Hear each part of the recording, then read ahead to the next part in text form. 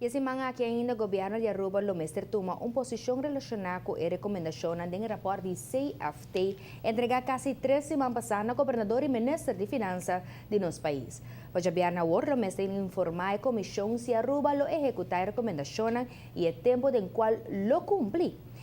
Dia requisito nanta que o mestre vai ao parlamento trobe para apresentar presupuesto supletório que dengue o mestre anuncia de agora acaba e adaptação que o bem dengue aia nos dilante. E mestre pensa ribe aumento de prima de BBU, AZV, bijdragen, idade de pensioen e vários outros ajustações mais, maneira entre outros redução de aparato governamental. E fração mais chiquito do parlamento a expressar sua preocupação ao avisando que a situação financeira está mais alta do que o governo lo a pretender. Dus também se consegue admitir a seriedade e a magnitude do problema que nós temos em Se me propõe outra perspectiva,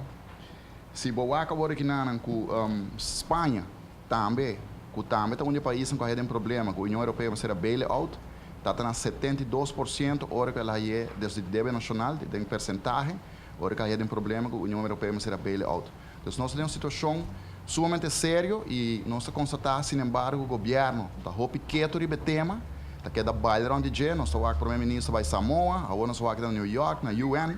está dando uma speech, nós estamos nos meses, está quem está interessado em speech do primeiro-ministro na UN, que na Aruba, mas vindo na cara, que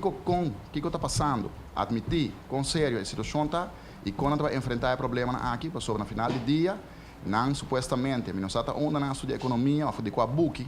mas até começar, a cifra não está ganha e o problema está muito sério. Se não soar, por exemplo, book que eu me referi a G, a Nation in the Red, book que agora que não netamente esquibi, ribatura problema na financeira econômica de vários países no mundo e botar o acto de book que não, book muito recente, que se eu comparar com Aruba, Aruba, o problema está muito sério. Hace uma apelação riba governo para tomar o assunto aqui mais na sério e para tomar timão back den man. O parlamentário não está aprobando o último viagem de primeiro-ministro Eyman, em qual talaga o problema grande atrás na Aruba, pede mais ministro não solucionar.